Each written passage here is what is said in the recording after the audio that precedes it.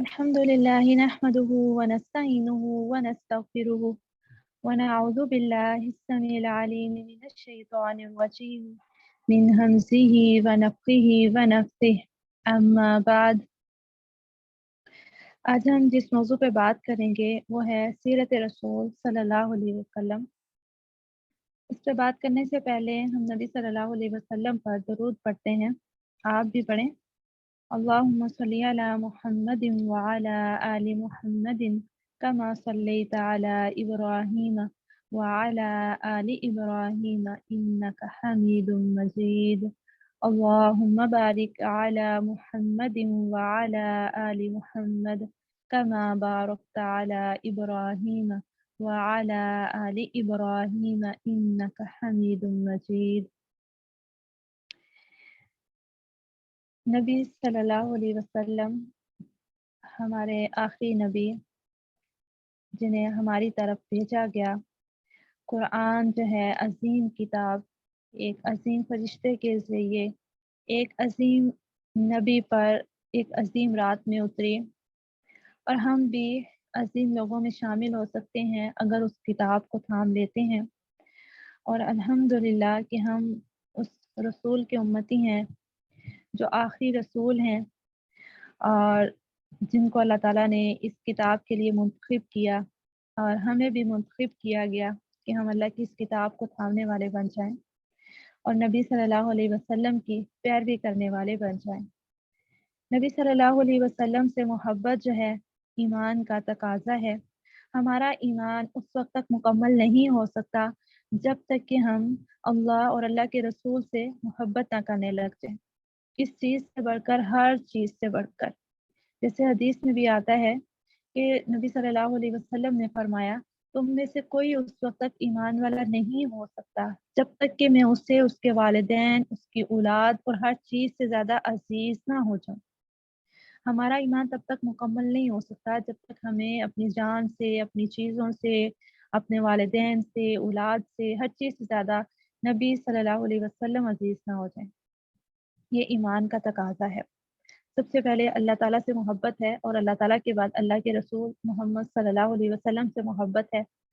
پھر علماء سے محبت ہے، ان والوں سے، صحابہ کی محبت ہے، صحابہ کے بعد ان والوں کی محبت ہے، اللہ کے کلام کی محبت ہے، درجہ بدرجہ یہ سب چیزیں آتی ہیں۔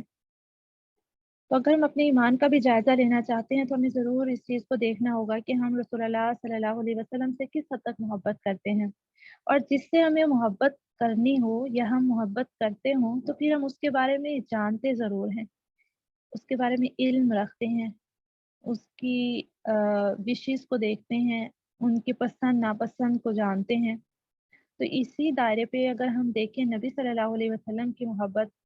تو تب بھی ہمیں دیکھنا ہوگا ہم اپنے نبی کے بارے میں کتنا جانتے ہیں، ہم نے اپنے نبی کے بارے میں کتنا دیکھ رکھا ہے، ان کی سیرت کیا ہے، وہ کیسے تھے، چلتے پھرتے کیسے تھے،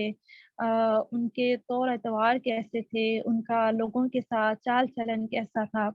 تو یہ پھر ہمیں جس سے محبت ہو نا اس کے بارے میں ہم جانتے ہیں۔ تو اگر ہمیں نبی سے محبت ہے صلی اللہ علیہ وسلم تو ہمیں ان کے بارے میں یہ سب چیزوں کا علم ہونا چاہیے، تاکہ ہم صحیح معنوں میں نبی صلی اللہ علیہ وسلم کو جان لینے کے بعد، ان کی سیرت کو جان لینے کے بعد ان سے محبت کا حق جو ہے وہ ادا کر سکیں۔ اور سورہ الاحزاب کے آیت نمبر 21 میں آتا ہے، لَقَدْ كَانَ لَكُمْ فِي رَسُولِ اللَّهِ أُسْوَةٌ حَسَنَةٌ لِمَنْ كَانَ يَرْجُو اللَّهَ وَالْيَوْمَ الْآخِرَ وَذَكَرَ اللَّهَ كَثِيرًا۔ یقیناً تمہارے لیے اللہ کے رسول میں بہترین نمونہ ہے، اسوہ حسنہ، ہر اس شخص کے لیے جو اللہ تعالیٰ اور آخرت کے دن کی امید رکھتا ہے، یعنی آخرت کے دن پر ایمان رکھتا ہے اور اللہ تعالیٰ کو کثرت سے یاد کرے۔ تو ہم سب جو ہیں وہ اللہ تعالیٰ پر ایمان لانے والے ہیں اور آخرت کے دن کا بھی یقین رکھتے ہیں۔ تو ہمارے لیے خاص میسج کیا ہے کہ ہمارے لیے اللہ کے رسول کی زندگی جو ہے وہ بہترین نمونہ ہے۔ اگر ہم کامیاب ہونا چاہتے ہیں تو ہمیں نبی صلی اللہ علیہ وسلم کی زندگی کو پڑھ لینا چاہیے اور اس محبت کا جو حق ادا کرنے کی کوشش کرنی چاہیے۔ جیسے نبی صلی اللہ علیہ وسلم کی اگر ہم کے حسن کی بات کریں، حضرت علی فرماتے ہیں، نبی صلی اللہ علیہ وسلم میں کچھ ایسی جاذبیت تھی کہ جو شخص آپ کا چہرہ اقدس دیکھ لیتا تو اثر لیے بغیر نہ رہتا، اگر کوئی عقیدت لے کر آتا تو غلام ہو جاتا، بغض لے کر آتا تو مرعوب ہو جاتا۔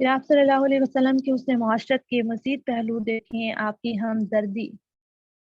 دوسروں کے ساتھ، انسانوں کے ساتھ بہت ہی نرم دل تھے، ہمیشہ دوسروں کے لیے ہمدردی اور خیر خواہی کے جذبے آپ کے دل میں رہتے، جہاں کسی کو مشکل میں دیکھتے تو اس کے لیے، اس کی مدد کے لیے چلے جاتے، اس کے لیے دعا کرتے۔ اور آپ صلی اللہ علیہ وسلم فرمایا کرتے تھے کہ میں نے اللہ تعالیٰ سے پختہ عہد لے رکھا ہے کہ اگر بشرا تقاضے کے تحت میری زبان سے کسی کے حق میں کوئی غیر مفید دعا یا جملہ نکل جائے تو اس فرد کو اس کے بدلے میں رحمت، دل کی پاکیزگی اور روز قیامت میں قربت عطا فرما دے۔ کفار کے ساتھ آپ کی ہمدردی اور خیر خواہی تھی، یعنی ایسا نہیں تھا کہ صرف مسلمانوں کے ساتھ ہمدردی تھی، کفار کے ساتھ آپ کی ہمدردی اور خیر خواہی اتنی زیادہ تھی کہ ان کے ایمان قبول نہ کرنے کا غم آپ کو گلا رہا تھا، جس کے بارے میں قرآن آیات بھی ہیں، سورہ کہف کی آیت نمبر 6 میں بھی آتا ہے کہ آپ تو اس غم سے گل ہی جائیں گے کہ وہ ایمان کیوں نہیں لاتے۔ تو یہ نبی صلی اللہ علیہ وسلم کی ہمدردی تھی، اور آپ کا یہ غم دکھ ہی تھا جس کی وجہ سے، جس کو لے کر آپ غار ہیرا میں بھی گئے اور اللہ تعالیٰ سے آپ نے مدد طلب کی، صحیح راستے کی رہنمائی مانگی، تو اللہ نے بھی آپ کو صحیح راستہ دکھا دیا، اور آپ نے جو ہے جس چیز کا غم لیا تھا اس کو سدھارنے میں آپ نے کتنا بڑا رول پلے کیا، الحمدللہ۔ دوسروں کے جذبات کا احترام کرتے، یہ بڑی اہم بات ہے کہ ہم دوسروں کے جذبات کی قدر کریں۔ ہمیں اپنے جذبات بہت عزیز ہوتے ہیں کہ میرے جذبات جو ہیں وہ توڑ دیے یا پورا نہیں اترے، میں تو ایسے سوچ رہی تھی، لیکن ہمیں کیا دوسروں کے جذبات کی بھی قدر کرنی چاہیے۔ جب ہم دوسروں کے جذبات کی قدر کریں گے تو ہمارے جذبات کی قدر ہوگی۔ اور پھر دوسروں کے ساتھ حسن ظن رکھنا، کبھی دوسروں کی طرف سے کوئی بات آتی ایسے جو گوارا نہ ہوتی تو بدگمانی نہ کر، اس پہ بدگمان نہ ہوتے بلکہ حسن ظن رکھتے،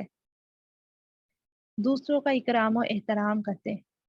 دوسروں کو جتنی ہم عزت دیں اتنی عزت ملتی ہے۔ ہم یہ کہیں کہ ہمیں عزت ملے اور ہم دوسروں کو جب عزت نہ دیں تو پھر عزت کچھ دیر کے لیے وقتی ہوگی ہماری بھی۔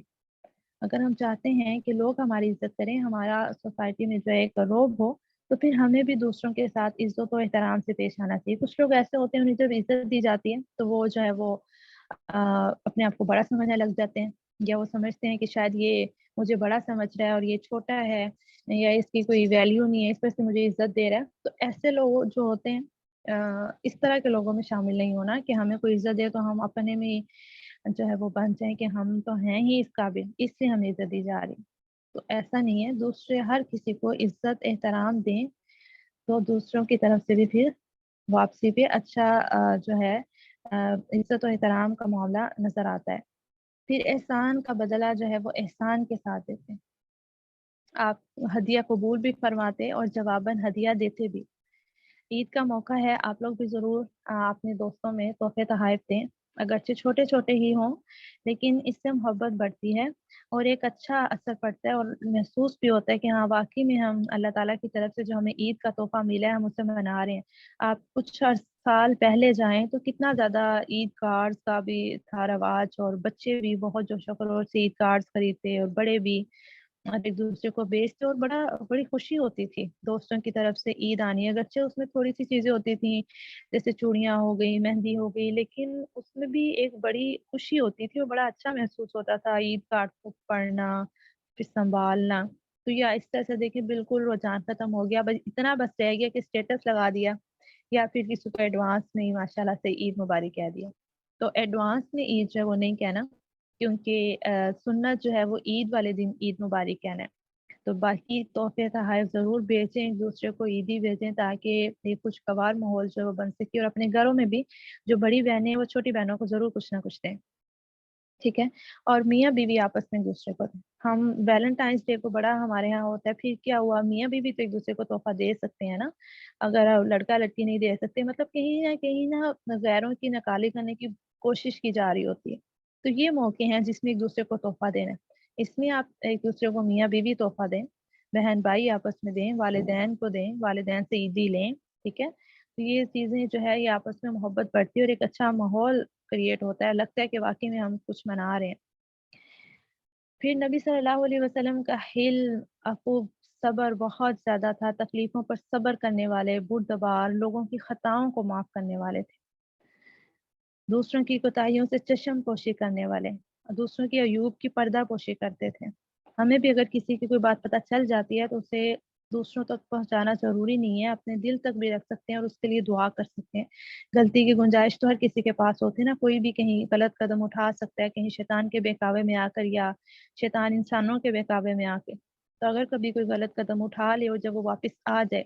تو اس کو کبھی بھی احساس نہ دلایا جائے کہ تم نے غلطی کی تھی، بلکہ اس کو واپسی پہ جب وہ واپس آئے تو اس کو زیادہ اچھا ویلکم کیا جائے اور اپنائیت دی جائے۔ اس سے جو ہے وہ حوصلہ بھی بڑھے گا اور جو ہے اسے اپنی غلطی کا احساس بھی ہوگا۔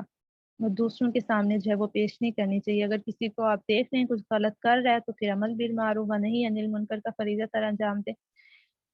تجسس نہیں کرتے تھے رسول اللہ صلی اللہ علیہ وسلم، ٹو نہیں لگاتے تھے۔ ہمارے ہاں یہ بہت زیادہ ہے ٹو لگانا، اس سے بچنا ہے۔ عورتوں کو خصوصاً روکا گیا، سورہ حجرات کا ترجمہ پڑھیں۔ دوسروں کو دکھ دینے سے اجتناب کرتے، دوسروں کو تکلیف دینے سے اجتناب کرتے، اپنے کلام سے کسی کا دل زخمی نہ ہو اس چیز کا خاص طور پہ اہتمام کرتے۔ تو ہمیں بھی جب دوسروں سے بات چیت کرنی ہے تو ایسے الفاظ کا چناؤ کرنا ہے جس سے دوسروں کو تکلیف نہ ہو۔ بعض اوقات ہمارا مقصد وہ نہیں ہوتا لیکن ہم لفظ ایسے استعمال کر لیتے ہیں جو دوسروں کو ٹھیس پہنچا دیتے ہیں۔ تو پھر جو ہم نے 1.5 گھنٹہ وضاحت دینی ہے تو بہتر ہے کہ ہم پہلے ہی مختصر اور اچھی بات کر لیں تاکہ دوسروں کو تکلیف نہ پہنچے۔ بلا وجہ کے مذاق سے باز رہنا چاہیے، یہ ایک اچھے مومن کا شیوا نہیں ہوتا۔ ہم مذاق میں پتہ نہیں کیا کیا کچھ کرتے رہتے ہیں، اور مذاق میں جھوٹ بولنا زیادہ سخت گناہ ہے۔ تو اس لیے جھوٹ سے بچے اور دوسروں کو برے القابات سے بھی باز رہنا چاہیے، اور ایسی بات نہیں کرنی چاہیے جس سے کسی کو تکلیف پہنچے۔ مذاق میں ہوتا ہے یہ کسی نہ کسی کا یا تو مذاق مطلب تکلیف پہنچائی جا رہی ہوتی ہے یا اس پہ ہنسا جا رہا ہوتا ہے۔ مزاح کریں جس میں سچائی ہوتی ہے۔ بچوں کے لیے بھی نبی صلی اللہ علیہ وسلم رحیم تھے، شفیق تھے۔ آپ بچوں کو دیکھتے تو ان کے پاس چلے جاتے، ان سے سلام لیتے۔ اور ایک بار ایسا ہوا کہ آپ نے حضرت انس کو کہیں کام پر بھیجا اور وہ واپس نہ آئے، ڈھونڈتے ڈھونڈتے جو ہے وہ وہاں پر پہنچے تو دیکھا وہ بچوں کے ساتھ کھیل رہے ہیں، آپ نے ان کی آنکھوں پہ ہاتھ رکھ لیا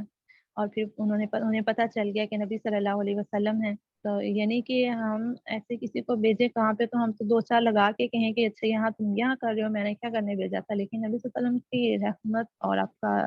شفیق ہونا دکھا رہا ہے ہمیں یہاں پہ کہ آپ نے جا کر پھر ان کو پیار سے ہی جو ہے وہ احساس دلایا، اور بلکہ پہلے کھیلا ان کے ساتھ اور پھر کہا کہ آپ کو جس کام کے لیے بھیجا گیا ہے وہ کام کیا جائے۔ تو یہ چیز جو ہے یہ بچوں کو ضرور بتانی چاہیے نبی صلی اللہ علیہ وسلم کا جو بچوں کے ساتھ واقعات ملتے ہیں، تاکہ بچوں کے دل میں بھی نبی صلی اللہ علیہ وسلم کے بارے میں محبت جو ہے وہ اجاگر ہو سکے۔ مسلمانوں کے لیے آپ صلی اللہ علیہ وسلم کی رحمت کی تعریف یہ ہے، آپ اللہ تعالیٰ تعریف کرتے ہیں سورۃ توبہ کی آیت نمبر 128 میں، تحقیق تمہارے پاس ایک رسول آیا ہے جو خود تم میں سے ہے، اس پر شاق گزرتا ہے کہ تم نقصان میں پڑو، تمہاری بھلائی کا حریص ہے، ایمان لانے والوں پر شفیق و مہربان ہے۔ تو آپ صلی اللہ علیہ وسلم کی یہاں پہ خصوصیت بتائی ہے کہ وہ بھلائی کے حریص ہیں، وہ چاہتے ہیں تمام مسلمان جو وہ صحیح راستے پر آ جائیں، خیر پہ آ جائیں، برائی کو چھوڑ دیں، ایمان لانے والوں پر شفیق ہیں، مہربان ہیں۔ دشمنوں کے لیے بھی رحمت آپ صلی اللہ علیہ وسلم کے دل میں رکھی گئی تھی۔ آپ صلی اللہ علیہ وسلم دشمنوں کے لیے بھی رحم دل تھی۔ جب جیسا کہ آتا ہے میدان بدر میں مشرکین جب قید ہو گئے تو ساری رات آپ صلی اللہ علیہ وسلم کروٹیں بدلتے رہے۔ آپ اپنے چچا عباس کے کراہنے کی آواز سن رہے تھے، ایک انصاری نے جا کر ان کے بندھن کھول دیے تو آپ کو چین آ گیا اور آپ سو گئے۔ اور اہل طائف کے حوالے سے بھی آپ کو پتہ ہے کہ انہوں نے کتنا برا سلوک کیا، لیکن پھر بھی آپ نے جب حضرت جبرائیل علیہ السلام نے کہا کہ کیا ان کو جو ہے وہ دو پہاڑوں کے درمیان کچل دیا جائے تو آپ نے اجازت نہیں دی، آپ نے کہا کہ ہو سکتا ہے ان کی نسلوں میں ایسے لوگ پیدا ہوں جو اللہ کی عبادت کرنے والے ہیں اور اس سے کسی کو شریک نہ کریں۔ تو یہ آپ کا جو ہے آپ رحیم ہونا یہاں پہ ثابت ہو رہا ہے، آپ کی رحمت جو ہے وہ لوگوں کے لیے نظر آ رہی ہے۔ پھر آپ وسلم سب سے زیادہ تکبر سے دور رہنے والے اور سب سے زیادہ تواضع اختیار کرنے والے تھے، عاجزی اختیار کرنے والے تھے، اپنے کاموں کو خود کر لیتے، خود جوتا گانٹ لیتے، اپنے کپڑے خود سی لیتے، بکری کا دودھ دو لیتے۔ تو یہ چھوٹے چھوٹے کام بھی جو ہے نا وسلم خود کیا کرتے، ازواج مطہرات کے ساتھ مدد کرواتے، مریضوں کی تیمار داری کرتے، جنازوں میں حاضر ہوتے، غلاموں کی دعوت قبول کرتے۔ یہ نہیں ہے کہ صرف جو ہے وہ امیروں کے محلات میں ہی جاتے، غلاموں کی دعوت قبول کرتے، فقیروں کے ساتھ بیٹھتے، گدھے پر سوار ہوتے، دوسروں کو اپنے لیے کھڑا ہونے سے منع فرماتے۔ یہ کتنی بڑی بات ہے، اور ہمارے یہاں کتنا بڑا رواج ہے کہ استاد جو ہے ضروری سمجھتے ہیں کہ بچے میرے استقبال میں کھڑے ہوں، تو یہ درست نہیں ہے۔ آپ کی تواضع کا یہ حال تھا کہ آپ نے صحابہ سے فرمایا میری تعریف میں مبالغہ نہ کرو، جس طرح عیسائیوں نے حضرت عیسیٰ کی تعریف میں مبالغے سے کام لیا۔ میں تو ایک بندہ ہوں، اس لیے تم لوگ مجھے اللہ تعالیٰ کا بندہ اور اس کا رسول کہو۔ نبی صلی اللہ علیہ وسلم عدل کرنے والے تھے۔ جیسے ہمیں فاطمہ بنت اسود مخزومیہ کے بارے میں پتہ چلتا ہے، جنہوں نے چوری کی تھی، تو پھر جو ہے آپ صلی اللہ علیہ وسلم نے ان کے بارے میں کیا کہا تھا کہ حدود قائم کی جائیں گی اور سفارش قبول نہیں کی جائے گی، اور پھر فرمایا اللہ تعالیٰ کی قسم اگر فاطمہ بنت محمد بھی چوری کرتی تو میں اس کے بھی ہاتھ کاٹ ڈالتا۔ یعنی عدل کیا، یہ نہیں کہ جو میرے خاندان والے ہیں ان کے لیے کچھ اور معاملات ہوں اور باہر والوں کے لیے کچھ اور معاملات ہوں، نہیں، بلکہ عدل پر دنیا سے بے رغبتی اختیار کرتے ہیں۔ عائشہ کہتی ہیں نبی کریم صلی اللہ علیہ وسلم مسلسل 3 دن تک کبھی جو کی روٹی سے آسودہ نہیں ہوئے، یہاں تک کہ آپ کی وفات ہو گئی۔ آپ صلی اللہ علیہ وسلم دعا کرتے تھے اللہ آل محمد کی روزی صرف ضرورت کے مطابق کر دے، یعنی ضرورت سے زائد کھانا پینا اس چیز کی طرف آپ کا دھیان ہی نہیں تھا۔ کئی دن ایسے بھی گزر جاتے جب گھر میں کھانے کے لیے کچھ ہوتا ہی نہ۔ عزم و استقلال والے تھے رسول اللہ صلی اللہ علیہ وسلم، سب لوگوں سے بڑھ کر عزم و استقلال کا پیکر تھے۔ اسی وجہ سے آپ صلی اللہ علیہ وسلم کو اولو العزم پیغمبروں میں شمار کیا گیا۔ جب مشرکین مکہ کی مخالفت بڑھ گئی تو ابو طالب نے آپ کو مشورہ دیا کہ بت پرستی کی مذمت چھوڑ دیں۔ اس پر آپ نے فرمایا اللہ کی قسم اگر یہ لوگ میرے ایک ہاتھ پر چاند دوسرے پر سورج لا کر رکھتے تو میں تبلیغ و دعوت سے نہیں رکوں گا حتیٰ کہ یہ فریضہ رسالت پایا تکمیل کو پہنچ جائے یا میرا دم نکل جائے۔ تو کیا ہے کہ اللہ تعالیٰ کی جس بات کو جس کام کا انہوں نے ارادہ کر لیا اس کو ہر صورت وہ پورا کرنے والے تھے۔ اس میں ہمارے لیے بھی سبق ہے آپ کے ہر عمل میں، کہ ہم بھی جب کسی نیکی کا ارادہ کرتے ہیں یا کسی کام کا ارادہ کرتے ہیں، دینی لحاظ سے بھی ہم جو ہے وہ کسی دعوت کا کام کرنا چاہ رہے ہیں یا کوئی بھی آپ نے اچھے کام کا ارادہ کیا، تو یہ نہیں ہے ایک مہینہ پورے جوش و خروش سے کیا یا ایک ہفتہ کیا اس کے بعد آہستہ آہستہ ختم ہو گیا، یہ نہیں ہونا چاہیے۔ کسی گروپ کو جوائن کیا پورے جوش و خروش کے ساتھ، ایک ہفتہ وہاں پہ لیسن سنا یا لیسن سنا، اس کے بعد پھر سے ہٹ گئے، تو یہ چیز جو ہے ایک مومن کو زیبا نہیں دیتی۔ ایک مومن جو ہے وہ عزم و استقلال والا ہوتا ہے، جس کام کو کر لیتا ہے اس کو ہمیشہ سے وہ لے کر چلتا ہے۔ احتیاط پسندی جو ہے رسول اللہ صلی اللہ علیہ وسلم سب لوگوں سے زیادہ محتاط تھے، اگرچہ آپ انتہائی شجاع تھے، آپ نے جو بھی قدم اٹھانا تو خوب سوچ سمجھ کر اٹھاتے، اس کے ہر پہلو پر غور کرتے، حتیٰ کہ آپ صحابہ سے بھی مشورہ کرتے۔ سبحان اللہ، کتنی پیاری بات ہے۔ ہم جو ہیں پہلے غلط قدم اٹھا لیتے ہیں، غلطی کر لیتے ہیں، پھر جب ہمیں دکھ پہنچتا ہے، تکلیف ہوتی ہے، پھر ہم اداس ہو جاتے ہیں۔ تو اس لیے جو ہے ہر قدم اٹھانے سے پہلے ضرور سوچنا چاہیے، سمجھنا چاہیے، اپنے جو قریبی لوگ ہیں، جو آپ کے اچھے دوست ہیں، ان سے مشورہ کرنا چاہیے، پھر کوئی بھی فیصلہ اور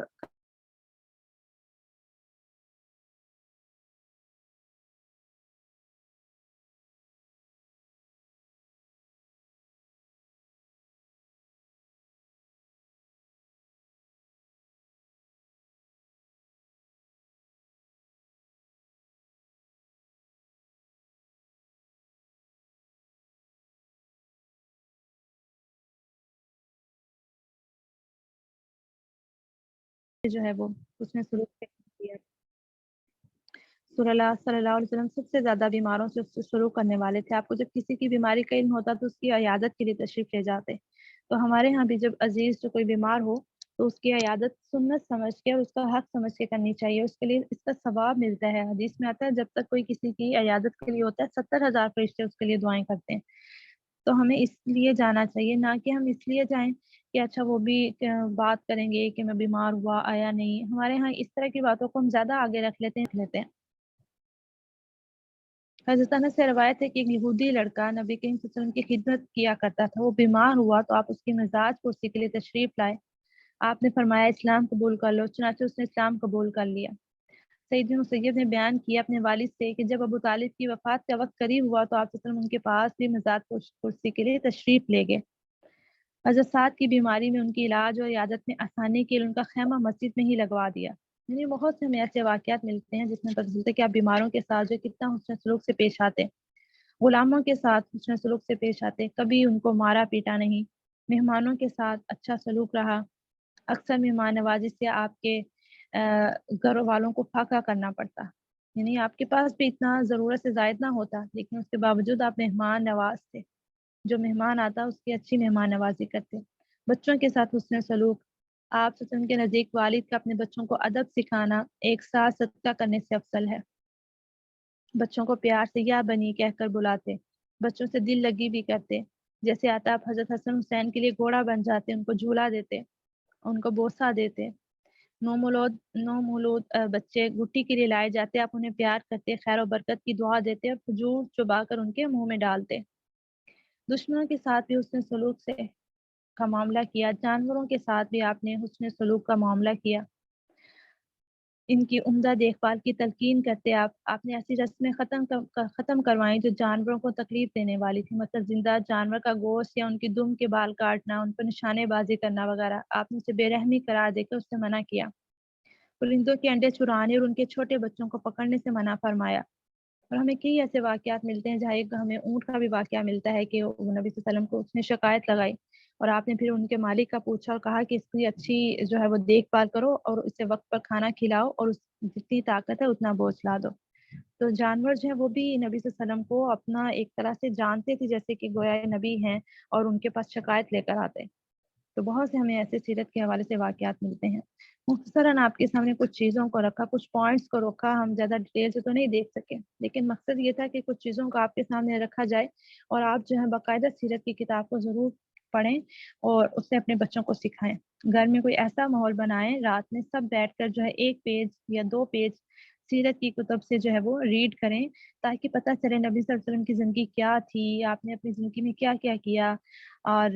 جتنے احادیث ہیں، واقعات ہیں، ان کے ذریعے سے زیادہ سمجھ آئے گی اور بچوں کے اندر بھی جو ہے بھی نبی صلی اللہ علیہ وسلم کی محبت جو ہے وہ آئے گی۔ آج کل جو ہماری سوسائٹی میں ہو رہا ہے اور جو سانحہ 1 2 دن پہلے ہوا ہے، انتہائی افسوسناک بات ہے کہ ہم جو شخصیت پرستی میں اتنا آ چکے ہیں کہ ہم اپنے نبی کو بھی جو ان کی باتیں ہیں یا جو ان کے احکامات ہیں، ان کا ادب ہے، وہ بھول چکے ہیں۔ تو یہ بہت ہی دکھ والی بات ہے، ہم نا علمی کی وجہ سے جو ہے لا علمی کی وجہ سے اس طرح سے ہوا۔ علم ہو تو کبھی بھی انسان اس طرح سے نہیں کر سکتا، تو اس لیے علم دیں اپنی اولادوں کو، خود علم لیں تاکہ آنے والی نسلیں جو ہیں وہ رسول اللہ سے محبت کرنے والی ہوں، ان پر ایمان لانے والی ہوں، تاکہ صحیح معنوں میں ہم سیرت کو پڑھ کر دوسروں تک پہنچانے والے بھی ہوں انشاءاللہ۔ سبحانك اللهم وبحمدك نشهد أن لا إله إلا أنت نستغفرك ونتوب إليك۔ السلام عليكم ورحمة الله وبركاته۔